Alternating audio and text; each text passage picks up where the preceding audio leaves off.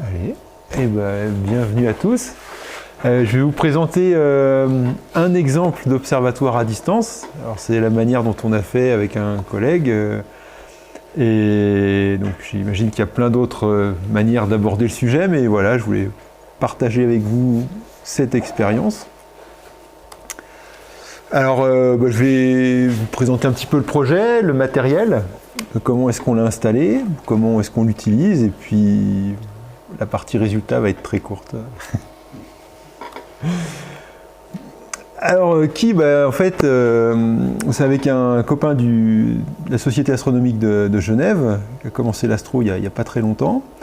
Et puis, on a bien sympathisé, on a commencé à observer sur le terrain et tout. Et puis dans notre région autour de Genève, là, c'est pas une météo toujours fabuleuse. Il faut aller loin dans la montagne pour s'installer, ça prend du temps, etc. Et lui est d'origine d'Espagnol et il a eu vent d'un site où on pouvait installer les télescopes à distance et les piloter à distance. Et donc on s'est un petit peu lancé dans l'aventure, c'était en 2017. Début 2017, et puis je vais vous présenter comment ça s'est passé. Alors, l'observatoire est situé à Iay, dans le sud de l'Espagne, c'est entre Mérida et Séville, à peu près 2 heures de voiture de Séville, il me semble. Et puis, je vais vous présenter donc les diapos suivantes, elles m'ont aimablement été fournies par Iay, j'ai fait quelques éditions mineures, donc je voulais juste vous dire que voilà, je présente leur point de vue, et puis voilà, c'était juste pour être par transparence. Donc c'est un joli site, c'est un peu des collines à 600 mètres d'altitude, c'est un espèce de plateau un petit peu vallonné avec des chênes clairsemés et des cochons qui mangent des glands dessous, il y a de l'excellent jambon.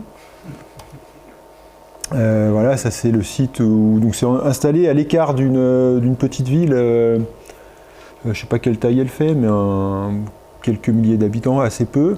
C'est dans un ancien moulin. Il y avait donc c'est à 5 ou 10 km de cette petite bourgade. Et puis ils ont encore une belle voie lactée, ma foi. Qu'on y est allé, on a pu voir une belle voie lactée. Donc voilà, c'est dans le sud de l'Espagne, là, pas très loin du Portugal. Frerenal de la Sierra, donc c'est le nom de la municipalité. Et puis voilà, les fameuses plantations de chênes qu'il y a partout dans le coin là-bas. Donc c'est très sec, il fait très chaud une bonne partie de l'année, mais il y a aussi pas mal de ciel bleu. Donc là voilà, ça c'est un petit extrait de la carte habituelle de pollution. Donc voilà, c'est par là, il n'y a pas grand chose autour, quoi. C'est vraiment un peu paumé, c'est exactement ce qu'il nous faut. C'est pas trop loin de ça, voilà. Ça doit être Séville, là, ce point-là, donc c'est quand même assez pratique là, de pouvoir y aller en avion. De Madrid, ça fait un peu plus loin, je crois qu'il y a 5 heures de voiture à peu près. Donc ça, c'est les stats, c'est leurs statistiques sur la qualité du ciel, donc ils mesurent le SQM.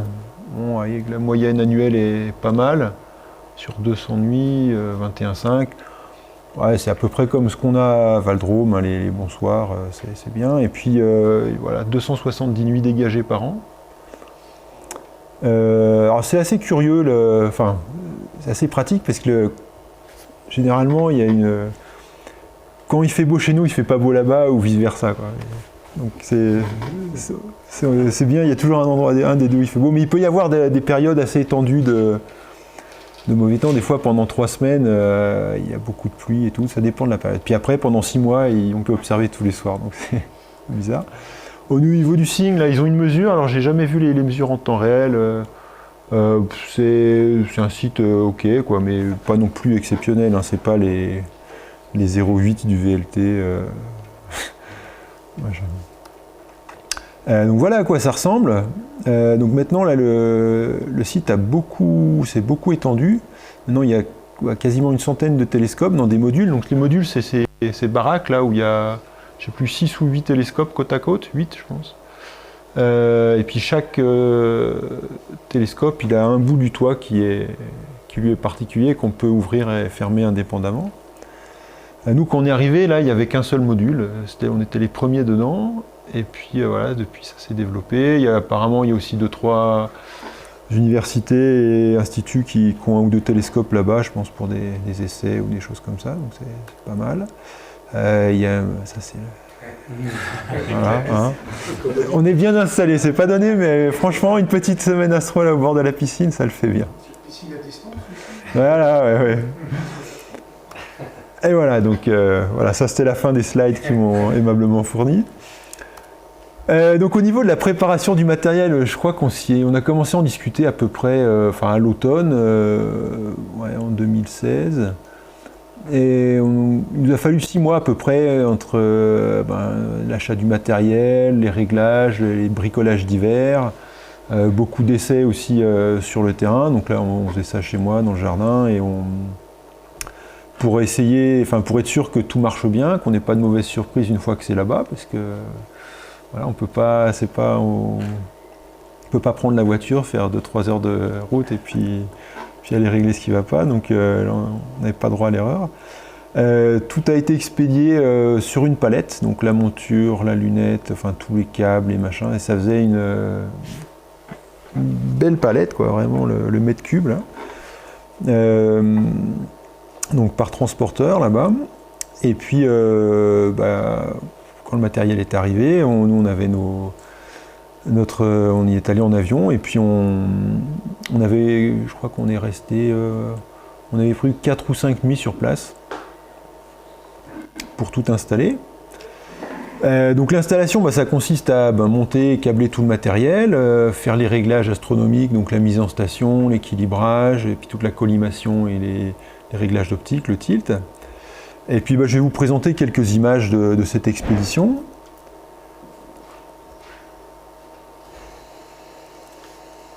Voilà, donc ça c'est le paysage en arrivant. Donc vous voyez, ça en bas c'est la plaine où il y a Séville et tout, puis quand on monte c'est ces petites collines là, puis ça devient très vite, on voit que c'est aride, pas beaucoup de pluie, ça c'est Frérénal, petite cité à côté. Voilà, donc ça c'est le module quand on est arrivé, donc c'était encore en travaux, hein, c'était pas fini. Depuis, il y a une isolation en bois, etc. Donc le système est bien foutu par rapport aux conditions thermiques qu'il y a là-bas. Donc il y a une halle, vous voyez qu'il y a c'est des colonnes en béton hors sol, et on est isolé du sol par, vous voyez, il y a 1 mètre à peu près d'isolation du sol, et puis la cabane c'est en les trucs industriels là, qui font les bâtiments, c'est du polyuréthane entre 2 plaques d'alu, et ça isole très bien. Et donc il y a ce matériau, il est aussi là, le plancher il est fait avec ce matériau, et quand on est dans la boîte là, avec le ciel ouvert et isolé du sol, on comprend ce que ça veut dire le rayonnement thermique, parce que le thermomètre il a beau indiquer 25 ou 30 degrés le soir, on se caille à une vitesse affolante dedans. Vraiment ça isole bien du sol qui chauffe en fait, donc c'est pas mal. Donc voilà, quand on est arrivé, ils étaient encore en train d'installer ce qui dépasse la colonne béton pour mettre la colonne. Donc on a le choix, soit on amène notre colonne, soit ils en fournissent une. Là on a pris la leur, ils savent faire les choses, ils sont bien outillés en mécanique. Il y a les passages de câbles et tout au milieu, c'est bien foutu, puis ça fait un truc vraiment robuste. Donc voilà, ça c'est l'intérieur. Donc on a un carré de 3 mètres par 3 mètres à nous. Là, et puis le bout, vous voyez le toit là, qui s'ouvre entre la poutre et le bord. Donc ils fournissent, on arrive, on a le pied, on a une prise pour le 220 et un câble Ethernet pour le réseau, pour la connexion Internet. Et débrouillez-vous. Donc là, on a une partie de tout le bordel pour installer.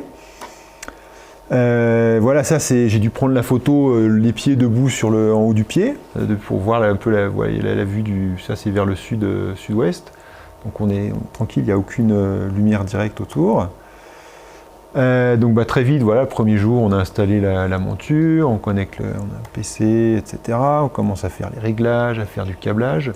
Donc là, les photos que je vous présente, c'est la première version du setup. Il a été amélioré, après on a refait tout le câblage et tout. Là, c'était un petit peu improvisé, puis on s'est rendu compte que c'était quand même une partie critique. Donc maintenant il y a un joli rack avec tout bien câblé et tout. Pardon ? Et ben, qui en fait, mécaniquement, enfin, là on était parti sur une boîte, on s'était dit, bah, on a de la place, on passe tout, mais ouais, les câbles, pour les organiser, il y a tellement de câbles, et puis dans tous les sens, qu'il faut de la place en fait pour pouvoir les ranger comme il faut. C'est pas juste, faut pas prendre juste une boîte où on a la place pour faire entrer tous les petits boîtiers dedans, c'est pour pouvoir tirer les câbles comme il faut. Ouais, il faut de la place pour les enrouler, les faire mettre des labels, tout ça, parce qu'après, s'il y a un problème ou quoi que ce soit, il faut qu'on puisse à distance, enfin que les techniciens sur place ils puissent s'y retrouver. Donc un câblage propre, c'est important. Et puis aussi, pour la stabilité mécanique de la chose, quoi, s'il y a tout qui est en vrac, au bout d'un moment, ça peut bouger, etc. Donc c'est plus facile quand c'est tout câblé. Voilà, premier essai de mise en station. Donc là, le matériel de cette première version, c'était une NP127 avec une G3 dessus. La monture, c'est une 10 micron, une 2000. Donc voilà, ça c'était une fois un petit peu tout câblé. Voilà, on avait ce meuble en plastique là où il y avait le PC, les boîtiers de connexion, l'UPS, etc. Voilà, donc voilà à quoi ça ressemble une fois à peu près installé. Un petit détail, ça c'est sur la monture, ils fournissent aussi un capteur de position magnétique pour vérifier que le matériel est bien en position park. Parce que donc vous voyez un toit coulissant, c'est chouette, mais c'est une belle guillotine. Si vous avez le télescope qui dépasse, c'est pas bon pour le matériel quand vous le fermez. Et bon, donc il nous avait conseillé, puis c'est ce qu'on a fait, d'installer le matériel de sorte qu'il y ait, quelle que soit la position du tube, il n'y a rien qui dépasse du toit. Donc en fait, l'interlock, on n'en a pas besoin. Et c'est voilà, donc on perd quelques degrés sur l'horizon sud, parce qu'on pourrait, si on était rehaussé un peu plus, on verrait plus bas. Mais c'est un bon choix, parce qu'on est tranquille et on est sûr de ne pas avoir de problème. Voilà, donc les petits, enfin, c'est le genre de matériel que vous connaissez. Là, il y a un petit focuseur électronique, la roue à filtre, la CCD. Voilà, ça c'est un petit GPS pour la monture et pour les conditions atmosphériques. Voilà, une vue. Donc, il fait beau, mais pas tout le temps non plus. Donc, quand on prévoit une semaine d'installation puis qu'on se prend une semaine de nuages, ça peut être embêtant. Nous, ça va, on a eu, je crois, une nuit où il y a eu des nuages. Mais c'était au mois de juin, donc c'est bien calé, mais il faut le prévoir, quoi, parce que là on peut être un petit peu embêté pour faire les réglages. Alors ils peuvent s'en occuper évidemment, contre paiement, de les faire à votre place. Si vous voulez juste tout envoyer et même pas y aller, c'est possible, il y en a qui le font. Voilà, donc vous voyez, là c'était encore tout vide, pas fini, etc. Donc on était les premiers, là, c'était chouette, une belle aventure. Donc voilà, des petits bricolages, oui, bon, on a essayé un petit peu de solidifier les choses, coller certaines connexions, etc., mettre des labels, etc., pour que ce soit stable. Ça a bien marché. Et puis là, on a été opérationnel au bout de notre semaine, ça marchait. Qu'est-ce qu'on a là? On a vous voyez, il y a des modules d'alimentation, des hubs USB, etc., etc. Donc ça marche pas mal. Donc tout ça, il faut évidemment le faire avant de partir, quoi. Tout essayer, monter, puis s'entraîner, être sûr que tout marche bien, qu'il n'y a pas de mauvaise surprise. Qu'est-ce qu'on a là? Voilà, c'est des photos de câbles, je passe. Allez, voilà. Ça, c'est les switches. Oui, on a des relais pilotables à distance pour allumer, éteindre tous les trucs, parce qu'il n'y a personne pour appuyer sur les interrupteurs, évidemment. Et je vais vous montrer les schémas après. Donc voilà la fière équipe, une fois le matériel installé, prêt aux opérations. Et puis on est rentré chez nous, puis on a commencé à jouer. Alors à l'époque, en 2017, la connexion réseau était assez lente. Les sportifs, ça passait par le satellite. Et quand tout le monde s'y mettait en même temps et tout, il y avait un peu de lag, c'était pas si facile à opérer. Mais bon, maintenant ils ont mis la fibre et ça marche pas mal. Alors, je vais présenter maintenant plus le matériel lui-même qu'on a actuellement. Donc, on a fait 2 ou 3 ans avec la télévue, là, puis après, le collègue, voilà, ça nous a donné envie d'autre chose. Donc, il a installé une FSQ 106 avec filtre, etc., puis une grosse CCD. Et en parallèle, on a maintenant aussi un RC de 250 avec une QSI dessus. Donc ça permet à la fois de pouvoir faire du grand champ avec la FSQ et puis des petites galaxies avec le télescope. Alors voilà tous les bidules qu'il y a dans le setup. Là, j'ai fait ça un peu de tête ce matin, donc c'est peut-être pas complètement... Il en manque peut-être encore. Donc on retrouve les choses, voilà, les instruments, la monture, le PC... Les switches, donc c'est les relais à distance qu'on peut pour allumer ou éteindre des circuits. Le 220 volts, on a une UPS voilà, pour absorber les petites coupures. On n'en a pas vu des UPS, mais ça peut être aussi utile en cas de... Voilà, pour pouvoir éteindre rapidement s'il y a une coupure d'électricité, mettre le matériel en sécurité. Alors eux, ça, ils ont au niveau de l'observatoire, le toit, c'est eux qui fournissent le système de motorisation du toit. Lui, il est sur UPS aussi, et dès qu'il y a une coupure d'électricité, les toits se ferment automatiquement, etc. Sous réserve que voilà, la monture elle fasse le go-to park, etc. Et il y a un Cloud Watcher Solo, donc ça c'est un petit appareil qui permet de mesurer, de voir s'il y a de la couverture nuageuse ou pas, les précipitations, la température. Et ça pareil, c'est câblé directement avec le pilotage du toit. Si ce truc-là, il voit que le ciel est couvert, donc ça marche par mesure de la température infrarouge. Quand la température du ciel augmente, ça veut dire qu'il y a les nuages qui arrivent. Quand il fait moins 15, moins 20, c'est que le ciel est clair.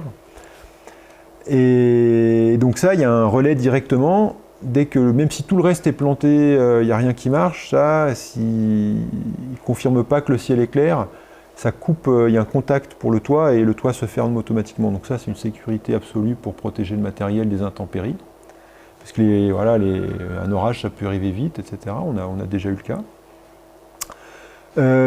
Qu'est-ce qu'on a d'utile dans le setup? Avant de parler des choses alors les choses astronomiques, donc chaque instrument, voilà, il y a un hub USB pour connecter tous les petits appareils, la caméra, le focuseur, une roue à filtre.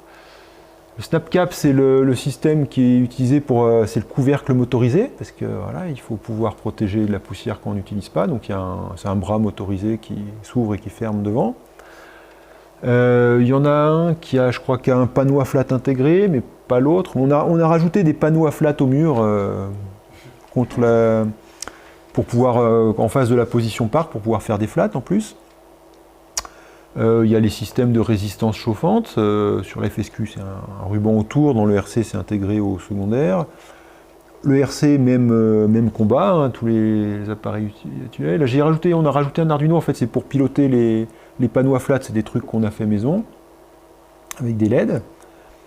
Donc voilà, ça c'est la partie habituelle, la monture. Le petit boîtier GPS pour la monture, parce que cette monture-là, elle a des encodeurs et on peut faire un suivi sans guidage si on veut, mais il faut connaître à peu près bien la pression et la température pour qu'il compense en fonction. C'est alimenté en 24 volts, il y a un petit convertisseur, on a une grosse alim 12 volts pour alimenter tout le bazar, le PC, un switch réseau. Très important pour le truc à distance, c'est des caméras pour voir ce qui se passe. C'est vachement utile, voir si un truc qui est bloqué, voir si le télescope il va où il est supposé aller. Donc on en a deux, une de chaque côté. Deux petits spots LED, un rouge et un blanc pour éclairer, parce que si la caméra elle voit rien la nuit. Donc ça on utilise avec modération, parce que ça éclaire tout le truc. Les collègues d'à côté ils sont pas contents, mais voilà. Et pour les flats, vous ne gênez pas les voisins? On les fait la journée. Alors avec le toit là qui est fermé étanche, ça fait vraiment bien nuit dedans, on est bien. Et puis bon, il y a aussi des nuits pas belles, donc pour les flats, on peut faire aussi. Les switches, bon, pour les relais. Un petit Raspberry qui sert à vérifier que les choses marchent sur le réseau, etc. Le CloudWatcher. Le Talon, c'est le système de pilotage du toit. Donc ces deux trucs-là, et les gens d'IA, ils connaissent bien les fabricants et tout. Je crois que le Solo, ça doit être un truc espagnol aussi, non, le Dragonfly. C'est le système qu'ils ont recommandé, on peut venir avec ce qu'on veut, mais voilà, ils connaissent bien, ils peuvent fournir le support, ils ont des bons contacts, donc s'il y a des réparations à faire, ils savent bien faire, donc c'est cool. Et une UPS donc pour nous, et ça c'était bien pratique, ouais. Et celle-là elle est pilotable à distance. Au début on avait un modèle tout bête, et puis on a pris un modèle avec le réseau, parce qu'il y a même quelque chose qui plante, là on peut vraiment faire un reset à zéro, et ça a été utile plusieurs fois, quoi. Donc si on rajoute les câbles, alors en 220, voilà, c'est assez simple. On n'utilise pas trop le 220, c'est parce que voilà, c'est des câblages dangereux, mais on peut les allumer, fermer. En 12 volts, ça devient vite beaucoup plus le bordel. Hein, il y a tous les trucs qui prennent du 12 volts quasiment, donc ça fait, voilà, chaque câble, ça va être un vrai câble à ranger quelque part, à mettre des labels, etc., à fixer de manière solide de chaque côté. 24 volts, bon, je l'ai mis pour la petite histoire, parce que la monture elle prend du 24 volts ça permet de faire des go-to plus rapides, etc. Voilà. Un petit réseau Ethernet, donc il y a pas mal de trucs sur le réseau au final. Et puis tout ce qui est USB ou port série. Donc le toit, il y a un driver ASCOM, enfin c'est un câble qui arrive au PC. Et le truc d'ailleurs, il se ferme si la connexion, s'il n'y a pas le logiciel du toit qui tourne sur le PC, le toit il se ferme automatiquement. Donc si le PC plante, le toit il est quand même... la sécurité, ils ont vraiment fait un truc assez solide, donc c'est bien, quoi. On est en confiance, on n'a pas eu de problème là-dessus. Sauf une fois quand on désactive manuellement la sécurité pour faire un essai machin, puis qu'on oublie de la remettre, là le truc il peut rester ouvert, puis on se prend la pluie, donc c'est pas de chance. Et voilà, donc tout ensemble, c'est ce qu'il faut faire tenir dans la boîte. Voilà, alors au niveau des opérations, donc on fait une connexion à distance ils ont un VPN, donc c'est derrière un pare-feu, etc. On a un mot de passe, et puis après, donc il y a une petite configuration Windows, et on voit notre réseau, nos appareils du réseau comme s'ils étaient locaux. Moi j'utilise principalement le remote desktop de Windows, on peut utiliser TeamViewer aussi, ça marche bien. Pour l'acquisition elle-même, alors le collègue il s'en est beaucoup occupé au début, lui il était assez fan de SGP, ça marche très bien. Puis moi j'avais commencé à bricoler un peu avec Nina à la maison pour mon matériel, et puis donc je suis resté là-dessus. Et tout n'était pas parfait au début, mais là vraiment depuis cette année j'ai trouvé que, j'utilise plus que ça, il est vraiment complet, je peux vraiment tout faire. Vous allez voir en 2 clics, quoi, donc c'est bien. Donc on prépare notre petite séquence pour la nuit ou plus. Donc les choses que, avec le remote, on est obligé, on ne peut pas faire autrement, c'est gérer les retournants de méridien automatiques, parce qu'on ne passe pas les nuits devant le PC pour faire tourner le truc en Espagne. Et puis la gestion de la météo, que tout s'arrête de manière propre si les nuages arrivent. Donc ça veut dire parquer le télescope, fermer les bouchons sur les télescopes, réchauffer les CCD tranquillement, fermer le toit, couper les alimentations une fois que tout est fait, etc. Donc il y a des scripts comme ça, puis pareil qu'on allume, quoi, faut tout démarrer dans l'ordre et tout éteindre dans le désordre, enfin dans le bon ordre, c'est pas le même.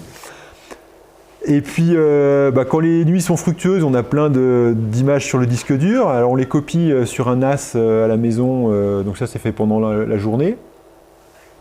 Et puis on peut faire le traitement soit à la maison. Généralement, moi je fais le pré-traitement là-bas, ça évite d'avoir à copier plein de fois les fichiers à gauche à droite. Mais on les archive de toute façon ici. Et puis je vais vous faire une petite vidéo de démonstration. Bon, j'ai pas de réseau ici, puis il fait encore jour, mais j'ai enregistré une petite séquence devant le PC, là, faite, c'était quand vendredi soir avant de venir, pour vous montrer à quoi ça ressemble. Donc la première chose que je fais le soir, si je veux lancer le setup, c'est je regarde la carte météo, la petite carte satellite, voilà, donc IA, c'est le point bleu. Généralement, il fait beau, loin autour, bon là je suis tranquille. Je regarde un petit peu comment ça avait évolué dans la nuit, la couverture nuageuse, etc. La carte satellite est assez pratique pour voir ce qui en approche, etc. Là, au mois de juin, il y avait, je ne sais plus, juin ou juillet, et un soir, j'avais pas regardé la carte satellite, je vois que le ciel était clair et tout, puis sur la caméra, je trouvais que c'était pas fou, quoi, les images, et puis en fait, c'était les feux de forêt du Canada, là, on voyait, il y avait un grand panache de fumée qui arrivait jusqu'en Espagne, et puis c'était ça qui rendait le truc un peu pâteux. Donc voilà, tout va bien, on lance la pause. Alors après, quand la météo c'est ok, on regarde. Donc ça c'est la page web, le Cloud Watcher, là il y a un petit serveur web dessus, où il publie les données qui mesurent. Donc on a ici, ça c'est la température du ciel, mesurée avec un capteur infrarouge. Donc là on voit -8, etc. Donc ça veut dire que c'est au-dessus des nuages. La journée il fait très chaud là, c'était à 10h30 le soir, il faisait encore 29 degrés, 10h le soir. Et donc on met des seuils, il faut régler les seuils, parce que dès qu'il y a des nuages élevés, comme ils sont à une certaine altitude, la température elle augmente, donc ça veut dire que les nuages arrivent, et puis il y a un moment où quand c'est couvert, plus les nuages sont bas, plus la température est haute, donc ça marche assez bien. De temps en temps, il faut faire un réglage saisonnier, on va dire, mais ça marche bien. Il y a un petit anémomètre. Alors, on n'a jamais eu de problème de vent. C'est vrai que c'est le truc qu'on ressent peut-être le moins, comme on n'est pas sur place. Mais on n'a jamais vu de nuit à 30 km/h de vent ou truc comme ça. Donc, c'est assez calme quand il fait beau, donc c'est bon. Là, c'est la température locale. Ouais, alors vous voyez, 50 degrés, c'est un peu trompeur parce c'est parce que le boîtier du Solo, là, il est orienté plein sud au soleil, donc c'est pas la température ambiante, voilà, donc ça chauffe. Mais la nuit, il indique la bonne température, et puis l'humidité, ça c'est assez chouette. Il peut y avoir pas mal ça peut être très humide en hiver, généralement l'humidité est assez importante. Ça tombe, qu'est-ce qu'on a d'autre ouais. Donc à chaque fois, il y a deux courbes, en fait, il y a la courbe actuelle et puis la courbe de la veille des 24 dernières heures. Petite question Oui, sur ces données météo. Ça, c'est vos capteurs à vous? c'est nos capteurs à nous. Comment ça se fait que l'observatoire ne fournit pas directement ça? Alors, ils en ont, mais c'est obligatoire d'en avoir un, c'est pour avoir l'interlock pour chaque toit, la sécurité de fermeture du toit, qui est câblé indépendamment. Mais ça, ils ne peuvent pas le fournir directement pour une station météo de l'observatoire? Parce que ça va être pareil pour tout le monde, en fait. Ouais, mais il y a un truc, une histoire de câblage électrique et puis de sécurité, et franchement, c'est pas mal comme ça. Je crois qu'on avait un moment, je crois qu'un setup à côté, on leur fournissait les données parce qu'ils les avaient pas, mais c'est pas idéal. Franchement, là, c'est vraiment hard codé et on peut pas se planter comme ça. Alors, puis surtout, ça permet aussi que chacun, si c'était central, on pourrait pas non plus ouvrir si on veut. Des fois, on veut ouvrir même, sans la sécurité pour vérifier des trucs. Par exemple, donc il y a plusieurs, donc il regarde la température du ciel pour la couverture nuageuse, mais il y a aussi, on peut mettre des limites sur le vent. Puis une qui est importante, c'était celle du bas, c'est la luminosité. Donc pour pas que le toit s'ouvre s'il y a le soleil encore. Et ça, souvent, on veut ouvrir le toit pour aérer le soir, avant. Donc chacun fait un petit peu à sa sauce. Et c'est un petit appareil, c'est pas plus mal d'en avoir un autre. Ouais. Alors, qu'est-ce qu'il y a d'autre? Donc voilà, donc là j'ai... tac, qu'est-ce qui se passe? Voilà. Donc j'ai vérifié ces deux trucs-là. Donc là, c'est la session réseau à distance. Donc je lance Nina. Ça, la petite app, c'est l'app qui contrôle le toit. On voit qu'il est fermé. Là, il y a quand c'est vert, il y a le log, le CLW, c'est le log du Cloud Watcher. Ouais, on tourne encore Windows 7 sur le PC. Ça, ce sera la prochaine upgrade quand on va sur place. Donc je charge ma séquence que j'avais bien préparée la veille. Hop. Et puis sans autre, je fais rien d'autre et je mets play. Parce qu'il Et je vais détailler un petit peu ce qui se passe. Donc là, il me dit qu'il n'y a rien qui est connecté, mais je m'en fous parce qu'en fait, il le fait tout seul. Donc là, il commence à lancer les scripts. Donc le premier, il y a un script qui va ouvrir le toit, ouvrir les capots, etc. Ça, c'est la fenêtre du contrôle d'une des boîtes relais, là, le Dragonfly, où ben, il y a l'alimentation, il y a le 12 volts, la monture, les hubs USB, etc. Donc là, il allume que la partie avec les... Pour cette séquence, c'était avec le RC, donc il allume que le matériel du RC. La FSQ ne tourne pas si on ne la fait pas tourner. Donc là, ça va lancer l'ouverture du toit. Il faisait déjà assez nuit, c'était 10 heures. Donc là, la caméra, elle est... Voilà. C'est pour ça que l'image n'est pas bonne, parce qu'il fait... c'est déjà bien sombre. Alors ah oui, j'ai pas précisé, c'est une petite caméra avec le moteur, là. Ça c'est vachement pratique aussi pour faire gauche-droite et... Donc là, c'est en temps réel. Hein, donc le toit qui s'ouvre, c'est un système de rails à coulisses, et puis la partie, elle est plate, il y a un support derrière. Donc là, on voit le setup. Tiens, ça c'est une des boîtes à flat. On a le RC qui est caché dessous, la FSQ ici. Ça, c'est des trucs qu'ils ont rajoutés. Ils ont rajouté une ventilation aussi, ça qui n'était pas au départ, pour permettre de tempérer les journées d'été très chaudes. Et puis là, qu'est-ce qu'il me fait? On attend maintenant. Ah oui, il y a une caméra All Sky qui est fournie par le site. On vérifie que voilà. Parce que certaines fois, les petits nuages élevés, on ne les voit pas toujours sur le solo ou sur l'image satellite. Donc c'est bien j'aime bien faire un petit check visuel comme ça. Voilà, donc là je vais vous détailler un petit peu ce qu'il y a dans la séquence. Donc ma première étape, c'est voilà, et j'attends la nuit. C'est ce que je fais quand j'attends la nuit. Dès que j'ai cliqué play, donc il attend que le soleil se couche. Il ouvre tout le bazar. J'attends un petit peu, je connecte les équipements, c'est-à-dire, parce que oui, le script là, il me branche le 12 volts, etc. Je connecte les équipements, il faut que j'attende une minute parce que la monture elle met un petit peu de temps à booter.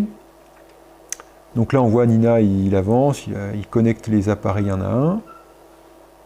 On voit qu'il y a un point d'exclamation rouge, c'est que la condition n'est pas encore remplie. Donc là c'est pour attendre que la sécurité, c'est-à-dire que le ciel soit clair, enfin tous les critères du CloudWatcher soient respectés. Là il me lance PHD. Voilà, qu'est-ce qu'il y a d'autre? Donc là, il attend. On est en mode, il fait le soleil est couché. La prochaine étape, c'est que j'attends le crépuscule nautique avant de commencer à refroidir la CCD. Tout ça permet d'aérer un peu le truc. Parce que là, à ce moment-là, la CCD, elle est à 30-35 degrés, quoi. Donc on la chauffe pas tout, on laisse un peu ventiler avant de mettre les choses en marche. Comme l'air est très sec, tout ça refroidit assez vite, ça va bien. Donc là, c'est la première étape, il y a après des critères. Voilà, j'attends la nuit nautique, puis je refroidis à 0 degré. Et puis après, quand c'est vrai, 20 minutes avant la nuit, le crépuscule astronautique, je refroidis à moins 10. En été, je ne peux pas refroidir moins que moins 10 parce qu'il fait trop chaud. Mais avec les capteurs qu'il y a maintenant, ça va bien. Et puis alors, qu'est-ce qui se passe ensuite? Donc là, il se passe rien. Enfin, moi, je suis plus là. Hein. Là, je regardais ce qui se passe, mais j'ai rien fait. C'est juste, je regarde je suis pas actif, quoi. Donc là, on voit qu'il attend 25 minutes avant de passer à la suite. Alors, et puis après, donc les étapes d'après, quand tout sera OK. J'ai mes séquences pour la nuit, donc on dit que quand est-ce qu'on fait l'autofocus, toutes les heures, tous les 2 degrés, chaque fois qu'on change de filtre, quand on se retourne au méridien. Enfin, les trucs qu'on ferait aussi sur un setup ici. Il y a des conditions à respecter pour boucler, c'est-à-dire qu'il faut que la sécurité loop while safe, que ce soit toujours bon au niveau de la météo. Donc ça, il faut le mettre partout. Parce que comme ça, il s'arrête s'il n'y a pas la météo. Et puis, je vais m'arrêter quand le jour va revenir. Voilà, et puis après, j'ai les petites nébuleuses là, que j'avais choisies pour la nuit, la NGC machin. Donc là, je dis jusqu'à quelle heure de la nuit je fais cette nébuleuse-là. On peut dire jusqu'à tant de degrés sur l'horizon, etc. c'est un petit peu la difficulté. Enfin, le truc qui est différent par rapport à ici, c'est que comme le truc il est disponible tout le temps, il faut, pour l'optimiser, il faut faire un calendrier des objets qu'on veut faire, mais vachement à l'avance, enfin, par saison, pour qu'on fasse les objets au moment où ils sont haut dans le ciel. Et puis que voilà, je fais cette nébuleuse-là les 2 heures avant après le méridien, puis quand elle est après, ben, j'en fais une autre qui arrive dans cette zone-là, comme ça, en chevauchant. Donc on n'a pas en une nuit l'image qu'on fait, il faut plusieurs semaines pour accumuler toutes les poses. Et puis ça se décale comme ça d'objet en objet, et c'est comme ça qu'on arrive à accumuler du temps de pause. Et puis ben, le reste, je vous passe, voilà, on défile les filtres, etc. Pareil pour le truc suivant. Et puis à la fin de nuit, alors à la fin de nuit, je fais des darks, par exemple. Là, j'ai prévu des petits darks quand il commence à faire un peu jour. Et puis après, ben voilà, à la fin, il va tout ranger, il parque, il ferme, il réchauffe les CCD et puis il éteint toute l'électronique. Donc là, le truc, il tourne et puis c'est bon. Et puis on revient... donc ça, c'est une demi-heure après, voilà, on voit qu'il commence à faire nuit, il y a un peu la Voie lactée là, qui est apparue sur le All Sky. Je regarde que tout est OK. Où est-ce qu'il en est là? Là, il est encore dans la phase cooling, il est dans le refroidissement. Donc là, ça peut... Voilà, puis voilà, une fois qu'il était OK pour le cooling, il a commencé à faire l'autofocus. Vous voyez la petite courbe d'autofocus, là. OK, et puis il fait le go-to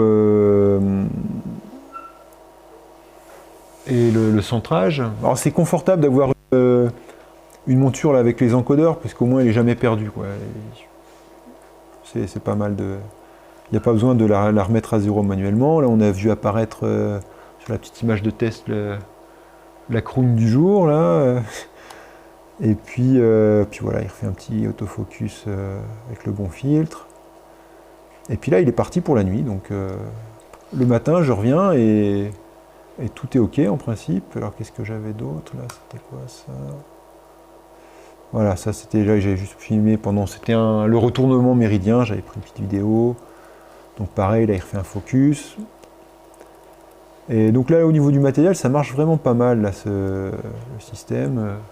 C'était OK, là c'était une des brutes probablement. Et voilà, donc ça doit pas vous changer beaucoup de ce que vous faites, ce que tout le monde fait maintenant sur le terrain aussi. Alors au niveau de... Donc là, ça nous fait des images, tout va bien, on est content, mais il y a quand même un peu de maintenance. Il faut prévoir un peu de nettoyage de temps en temps. Apparemment, ça fait 2 ans, je crois qu'on n'a pas nettoyé les optiques, mais elles sont OK. Ça, ils peuvent le faire aussi s'il y a besoin. Les pannes, elles sont rares, mais il y en a quand même certaines inévitables. Ça peut être l'électronique, quelque chose qui crame. Là, la dernière, c'était le petit convertisseur 12-24. Bon bah il marche plus, donc comme on peut tout piloter avec le relais, on arrive assez bien à faire un diagnostic, et puis après il n'y a plus qu'à dire au gars sur place, voilà, il va checker avec le voltmètre, ouais, il n'y a rien qui sort du truc, et puis on en avait un d'avance, c'est un petit module à 20 balles, sinon il faut le commander et puis on l'expédie directement là-bas. Ou si c'est un appareil, on a eu le cas pour, je sais plus, le CloudWatcher, il y a eu un petit truc. Enfin, ça repart chez le fabricant, puis ça revient. Donc là, ça interrompt les opérations un peu plus longtemps. Au début, on avait eu la foudre, au début. Et ça avait cramé 2-3 trucs. Mais ça, c'était pris... alors, c'est pas mal à AI. Je sais pas si c'était je crois que c'était dans les slides. C'est un des... Il y a une assurance incluse avec, pour tout le matériel, donc vol, intempéries, machin, et c'est vachement bien. Là, ils avaient repayé tout ce qui avait cramé, sans poser de questions, et c'est un... Ouais, ça laisse l'esprit tranquille, quoi. Puis bon, mécanique, alors des fois, je sais plus, là, par exemple, il y avait le bras du capot, qui ferme le télescope, qui s'était un peu desserré, donc qui fermait plus bien, donc ça ils font très bien, et tout. Informatique, alors avec les Windows et les conneries comme ça, il faut être prêt à pouvoir réinstaller. Donc il y a un système avec une image en 2 clics. Le gars, il peut nous remettre notre setup comme il était au départ, pour être sûr que ça va vite. Parce que voilà, ce qu'on paye, en fait, on paye le temps de maintenance. On a 1 ou 2 heures par mois, je crois, incluses avec la location. Mais après, s'il y a une grosse opération à faire, le temps qui passe à bricoler, il faut le payer. Donc ça coûte quand même moins cher que d'aller sur place. Mais il y a une bonne équipe là, et puis il y a un système maintenant de... Avant, comme le copain Miguel, il est espagnol, il appelait direct, il les connaît bien. Bon contact, c'est facile d'avoir quelqu'un au téléphone. Puis là, même pour moi, il y a un système de tickets, on dit hop, comme un support technique dans une entreprise, c'est nickel.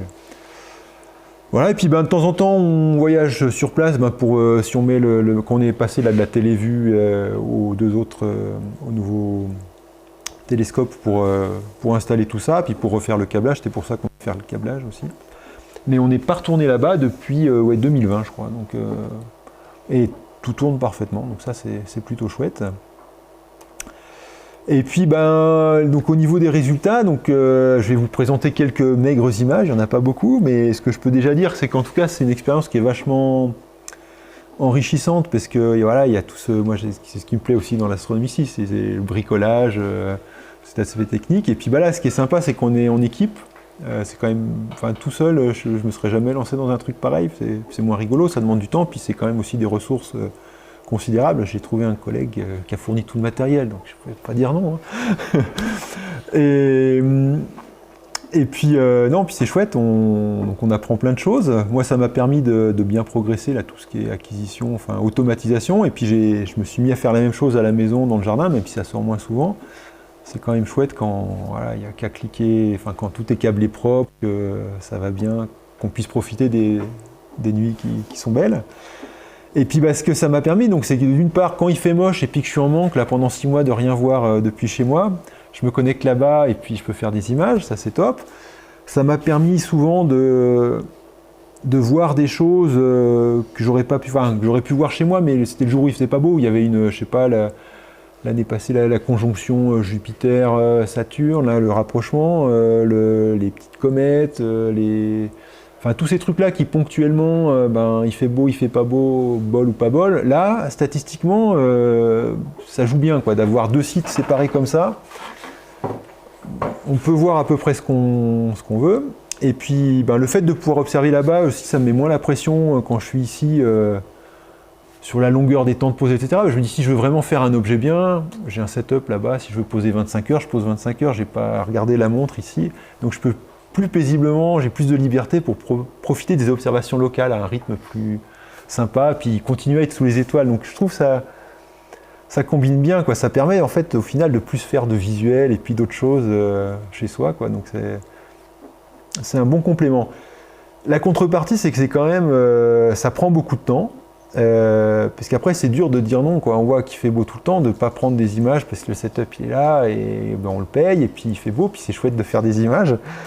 Mais bon, jusqu'à maintenant, jusqu'à il y a 1 an, j'avais encore pas mal de progression sur tout ce qui était opération. Puis là, avec les derniers petits trucs qui manquaient de script et tout, le Nina qui va bien, je sais que ça déroule. Et ce qui me manque pour le moment, c'est la rigueur pour faire le traitement des images. Je suis pas assez... il va falloir que je fasse un workflow un petit peu plus automatique aussi, pour pouvoir l'exploiter de manière optimale. Après, ça ne m'empêche pas, quand j'en ai, de suivre mes envies. Puis jusqu'à maintenant, c'était ça, quel objet je fais ce soir? Ah bah tiens, celui-là. Et puis voilà, c'est sympa. Mais vraiment, il y a moyen de vraiment, pour des équipes qui sont motivées pour ça, d'être productif, ça, c'est clair que c'est un moyen faire vraiment plein de choses. Et puis après, pourquoi pas à terme migrer dans l'hémisphère sud et puis découvrir de nouveaux objets, Mais en tout cas, là, c'est un bon compromis, je trouve, au niveau de la distance, c'est quand même, parce que par rapport à un setup, même dans le sud de la France, la météo, on est assez proche, même si elle est meilleure, c'est pas encore, là, d'être vraiment à 2000 bornes, ça, Je pense au niveau statistique météo, c'est vraiment intéressant. Ça reste dans le même fuseau horaire. Alors il y a un petit truc, c'est qu'il y a un petit décalage horaire quand même. C'est que c'est fatigant parce qu'il faut veiller tard si on veut opérer manuellement. Il y a 1 heure de décalage, enfin le ciel se couche 1 heure plus tard. Donc en été, là, avant 11h30, voilà, donc il faut rester tard pour le lancer. Après, c'est vrai qu'au Chili, voilà, on peut faire ça à la pause déjeuner du midi, quoi. Mais...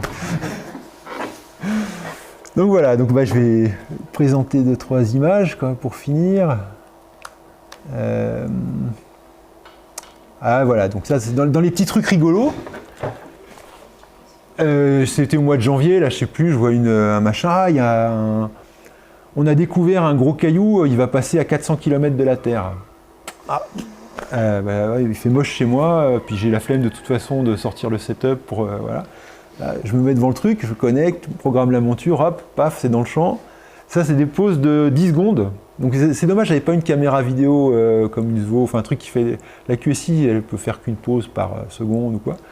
Donc c'est la traînée, il y a 20 minutes, donc le truc il se déplaçait voilà, en 10 secondes, en 2 minutes il avait traversé le champ, on le voyait bouger à l'œil nu ce truc là, sur l'écran. Il allait super vite et il est passé à 400 km, un gros caillou, hein, je sais pas, une dizaine de mètres.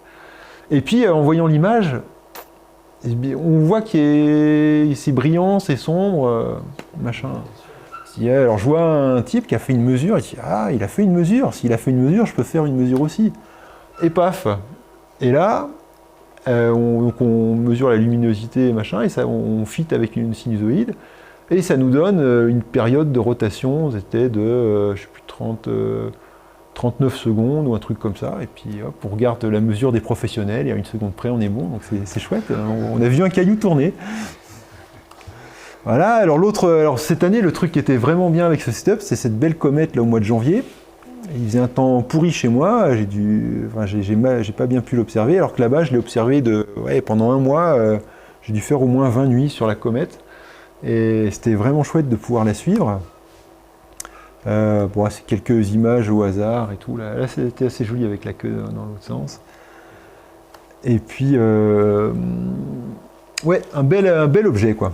Alors là, aussi, j'ai beaucoup appris, parce que faire du guidage sur les comètes, là, quand elles sont rapides comme ça, avec le truc à distance et tout, c'est un peu... À la maison, j'aurais pris la lunette guide, et puis voilà, je me serais calé sur le noyau, mais...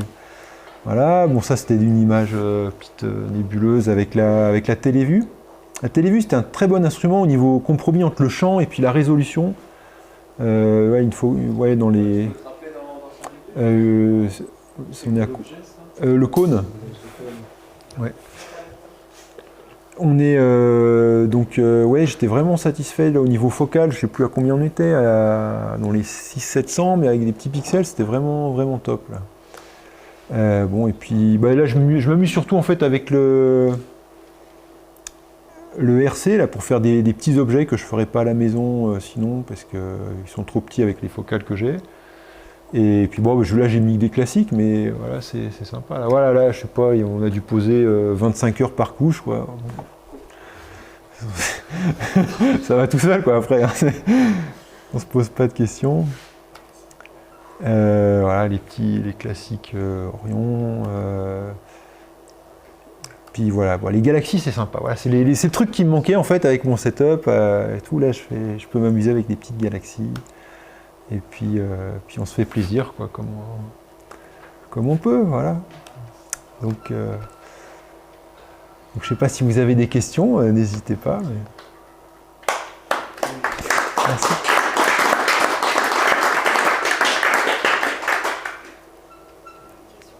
Au niveau du transfert des photos, en fait, on n'a pas trop parlé. Oui. C'est automatisé aussi?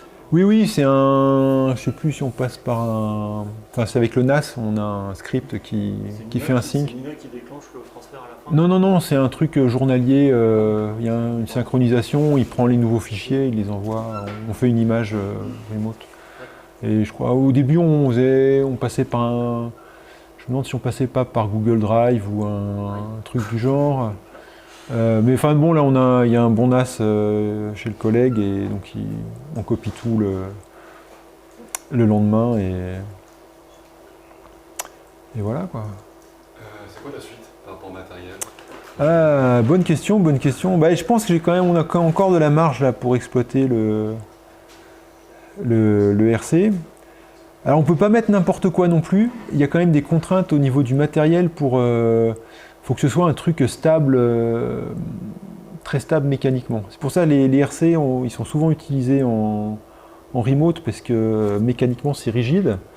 Alors que les Newton, ils ont beaucoup plus de problèmes à tenir la collimation, tout ça. Donc voilà. Donc on peut toujours voilà, rêver d'un plus gros diamètre. Hein, après, je sais pas au niveau de la focale si en ayant. Je sais pas. Je pense ouais. Et le soleil, est-ce qu'on peut passer au soleil? Et alors ça c'est une bonne remarque. Ce serait chouette. Ouais. Ça c'est un truc qu'on pourrait complètement. Après, c'est peut-être, mécaniquement, il y a quand même des challenges.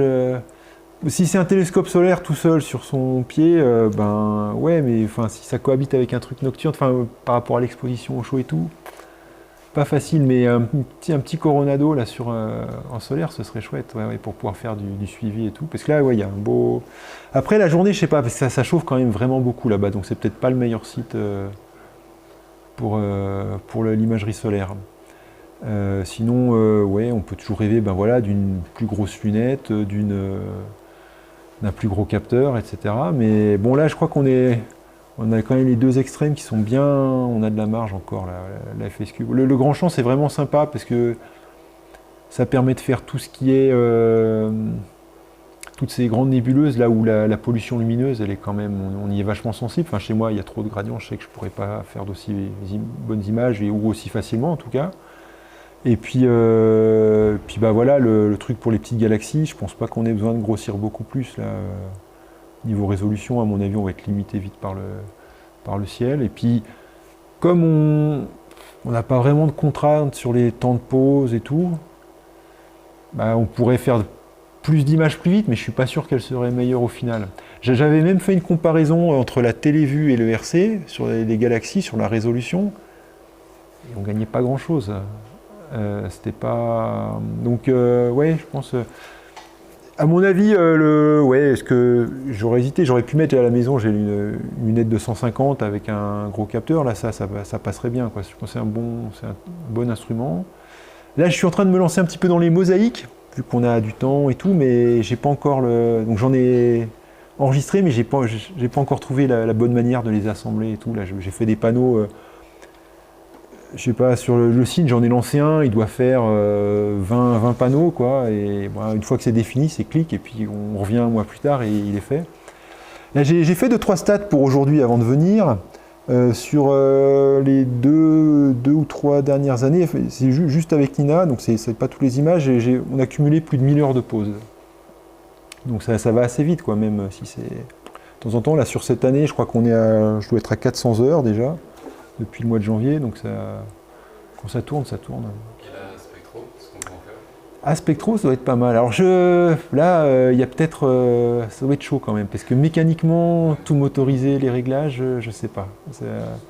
Enfin, les professionnels le font bien, mais là, je pense qu'il faut une grosse expérience chez soi déjà avec. Les filtres, le O3, tout ça, je sais Ouais. pas comment on fait, est-ce que c'est eux qui mettent les filtres? Ah ben c'est sur la roue à filtre, c'est des roues à filtre à 10 positions, ouais. Ouais. Ouais, ça c'est. Oui, alors c'était une des contraintes, on a eu galéré sur un des setups, là, trouver une roue à filtre assez grosse et tout. C'est assez. Ouais. Mais on y arrive, hein. Et puis, non, ouais, une lunette. La plupart des gens, alors parce que, ouais, ils commencent avec une petite lunette, voilà, pour profiter du bon ciel, faire du grand champ. Et puis il y a quelques-uns là qui ont des gros télescopes, il doit y avoir des RC de 400, 450, il y a du gros matériel. Donc non, en tout cas, je suis super content de l'expérience. Là, on se posait la question, bon, ça fait 6 ans qu'on y est qu'on continue, on reste pas? Puis, pour le moment, on continue. Enfin, moi j'ai l'impression que j'ai encore des choses à faire. Est-ce qu'on peut parler du coût de location? Oui, alors c'est. Oui, tout à fait.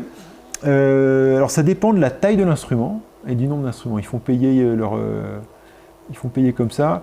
De mémoire, ça doit être.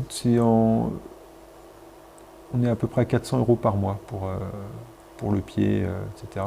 Je crois qu'il y a un petit droit d'entrée au départ pour la colonne, le pied, enfin le truc, je suis pas sûr. Et après, on se partage. Nous, dans l'équipe, là jusqu'ici, on était 3, là on n'est plus que 2. Si demain il y a quelqu'un qui veut nous rejoindre, ça partage les coûts. Donc c'est chouette. Puis quand on est plusieurs, c'est quand même sympa aussi parce qu'on tout seul, on n'arrive pas. Il y a trop de nuits, on n'y arrive pas, quoi. Donc là, à 2, c'est à la limite, c'est mieux d'être 3, je pense. Après, c'est compliqué. Je sais qu'il y a des équipes, on a d'autres collègues qui en font, où après, il y a beaucoup de discussions sur le traitement. Enfin, eux, ils veulent publier des images au nom de l'équipe et tout. Donc chacun, pour arriver au traitement qui plaît à tout le monde, c'est compliqué tout. Nous, on n'a pas du tout cette approche. Les images, elles sont à tout le monde, chacun fait ce qu'il veut. De temps en temps, on aime bien se rencontrer on traite ensemble une image, comme ça on apprend des choses, comme on fait ici à Valdrome aussi. Et puis voilà, mais on ne se pose pas de questions sur ça. Et... Vous ne télescopez pas, si j'ose dire, entre... Non, les premières années, c'était surtout mon collègue qui faisait toutes les acquisitions et tout. Puis moi, là, c'est moi maintenant. Et puis puis quand il y en a un qui a envie, il dit, il y a plus de nuits que ce qu'on a raisonnablement...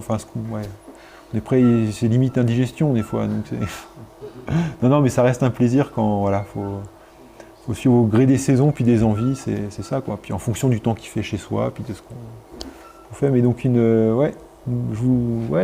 une chouette expérience. Puis surtout dans ces conditions-là, c'est pas de soucis, quoi. Bien, donc j'imagine que dans les autres sites d'hébergement, ça doit bien se passer aussi. Mais j'ai l'impression quand même que ça, comment dire, c'est pas possible depuis si longtemps que ça. Au niveau technologique, au niveau mécanique, ce qu'on peut trouver comme matériel, comme logiciel et tout. Là, c'est mûr. Maintenant, quand on a commencé il y a 6 ans, c'était quand même galère de trouver les bons logiciels, faire tout fonctionner ensemble et tout. Maintenant, c'est quand même beaucoup plus, même le matériel est plus facile à... Donc là, je dirais qu'on peut y aller assez facilement, quoi. Un truc que j'ai pas très bien compris, tu nous as montré les photos au début, il n'y avait qu'un seul instrument. Oui. Comment vous les avez positionnés? Parce qu'il n'y a qu'une seule colonne, en fait. Alors, ils sont en parallèle sur une grosse queue d'aronde renforcée, machin. Ouais. Il y a le RC et la lunette en parallèle, en travers sur une queue d'aronde avec des renforts. Il y a une grosse plaque d'alu. On peut pas observer de trucs différents avec les deux instruments. Non, c'est le même instrument. J'ai fait quelques essais pour pouvoir faire le même objet avec les deux instruments. Mais j'avais un problème jusqu'à récemment de guidage pour le dithering. Pour pouvoir faire le dithering, il faut que les poses soient synchronisées, pas qu'il y ait un pause au moment où on fait le dithering. Et maintenant avec Nina, il y a un petit plugin qui permet de synchroniser. On peut dire dans un setup Nina d'attendre un autre setup Nina. Et même au niveau de Nina, j'arrive à lancer deux sessions de Nina avec d'un côté les FSQ machin et même 2 sessions de PHD concurrentes. Elles s'attendent Ouais. Elles s'attendent l'une l'autre. Oui, on peut. En fait, après, j'ai besoin que d'un PHD pour guider, mais dans les réglages, quand je veux passer du setup RC au setup PHD, c'est un clic, je lance le truc avec le nom du profil et il y a tout qui est configuré, j'ai rien à changer à la main. Il y a un petit peu de... Voilà, pour PHD, pour lui dire il faut déclarer une deuxième session de PHD, c'est un peu caché, mais c'est dans la doc, ça existe. Et on y arrive, donc ça c'est vraiment chouette. Mais c'était pas le cas jusqu'à l'année passée. Et jusqu'à l'année passée, j'étais bloqué aussi par le driver de l'ASBIG. Il n'était pas dispo, ils donnent pas de driver SCOM. Et Nina ne le supportait pas. Maintenant il y a le driver natif, donc je peux faire les images avec Nina. J'étais obligé de passer par SGP pour faire les images avec l'ASBIG avant. Mais là c'est top. Et puis en plus, on est dans le sud, on gagne quand même, donc c'est 34, on gagne 10 degrés sur l'horizon. Donc là, le printemps passé, j'ai fait un panoramique RAW Fucus, là, il y a 6 champs, machin, c'est régal, quoi, quand on peut viser ces trucs-là. Donc voilà. Une question en forme de blague, le tarif, il inclut la piscine Non, non, non, non. Zut. Non, non, non, ils payent, c'est une prestation hôtelière en plus. C'est pas donné, hein, ça doit être dans les 100, 150 euros la nuit. Par personne. Ouais, ouais, non, non, pour l'hébergement. C'est par Donc. personne, ça, 150 euros. C'est- Le logement. Si tu vas à deux, c'est. Non, non, non, non, t'as le logement. T'as le logement. Ouais, ouais, il y a 7 chalets indépendants. Ils sont bien équipés et c'est cool parce que t'as la cuisine et tout. Il y a moyen de passer en groupe. Enfin, puis je crois qu'on peut être à 4 et tout. Donc, Ah oui, pour les vacances. Ah non, pour les vacances, c'est vraiment top. Non, non, non, faut le faire une fois. Et puis ils font des start parties aussi tous les ans. Là, cette année, je crois que c'est au mois de septembre. Avec du public. Non, non, avec tous les hosts, ouais, ouais. Alors eux, ils ont une grosse activité. J'ai pas mis dans les slides, j'ai coupé, mais une grosse activité aussi d'éducation, quoi. Ils ont des groupes locaux, des touristes, etc. Ils font des soirées publiques. Et non, mais c'est vachement bien ce truc aussi parce que ça leur a permis, là, donc ils sont beaucoup développés. Et maintenant, ils ont un peu de poids économique localement, parce que donc tu vois, ils ont quand même réussi à se faire tirer la fibre. Ils sont à 10 bornes du village. Au niveau de l'extinction de la lumière et tout, de l'éclairage public, ils ont aussi leur mot à dire maintenant. Ils font des efforts sur les politiques locaux. Ils ont vu que ça marchait, qu'il y avait du business à faire et tout. Donc tant mieux, quoi. Enfin, il n'y a que comme ça, de toute façon, que les choses avancent. Et donc c'est bien. Puis leur équipe, elle est vraiment sympa. Eux, c'est à la base c'est 2-3 passionnés, pas du tout dans le domaine de l'astronomie machin. Puis il a monté ça, le gars, avec pas grand chose au départ. Et franchement, je pense que c'est une belle réussite leur On peut y leur aller, truc. du coup, même si on n'a pas d'instrument là-bas, juste pour voir. Alors je sais pas. Il faudrait leur poser la question, mais si ça se trouve, peut-être qu'il y en a à louer. Je sais pas. Ouais, ouais. Non, mais ne parce- serait-ce que pour voir, découvrir un peu le truc. Ouais, ouais. Alors oui, pour voir, ouais, ouais, c'est sûr. Je pense qu'il doit y avoir aussi régulièrement des setups qui se vendent. Ah oui. Ouais, ouais. Tu vois, par exemple, nous, si on devait s'arrêter, mon collègue, je pense qu'il essaierait de vendre le setup clé en main pour quelqu'un qui veut s'installer là-bas, parce que c'est quand même aussi beaucoup moins de boulot et tout. Et parce que aussi les locations, c'est annuel, je crois. Enfin, tu dois dire 6 mois avant si tu t'arrêtes ou je sais pas quoi, mais si tu trouves quelqu'un pour te remplacer, c'est bon. Donc. Non, écoute, c'est pas mal. Mais ouais, c'est intéressant de voir comment les autres font aussi, les autres setups. Et puis eux, là, maintenant, ils ont tellement de... Eux, ils les connaissent... Avant, il y avait un gars tout seul, quoi. Là, maintenant, il y a 3 techniciens à temps plein. Donc, ils ont... Tu peux leur poser ce que tu veux comme question. Ils ont vu tous les setups. Ils savent toutes les merdes qui vont arriver avec tous les trucs. Je pense que c'est une très bonne source de conseils aussi pour savoir quoi installer, etc. Ils sont au point. Et alors après, ouais, je sais pas s'ils parlent tous bien anglais. C'est le seul truc. Ouais, espagnol, mais ça, je crois qu'il y a un ou deux gars maintenant qui sont au point. En tout cas, voilà, non, chouette endroit. Il n'y a pas trop de perturbations avec les setups qui sont à côté dans le même bâtiment? Écoute, on n'a jamais eu de soucis. On s'est jamais fait engueuler nous qu'on gênait les autres. Et puis je crois pas qu'on ait trop dérangé. Et puis, ouais. Puis à vrai dire, mais tu as un coup de flash de lumière pour voir si t'as un truc qui est planté, machin et tout. Je suis pas sûr que tu le vois même sur les pauses, quoi. C'est vraiment, c'est tout encadré et tout.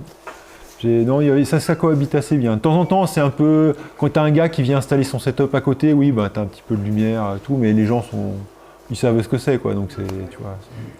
Non, puis et pareil, je veux dire, si tu as une heure de pourri ou une nuit de pourri, il y en a tellement que tu le vois pas. Donc, non, pour ça, c'est pas mal.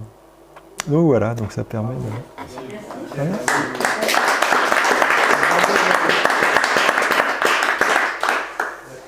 Il n'y a plus qu'à, voilà.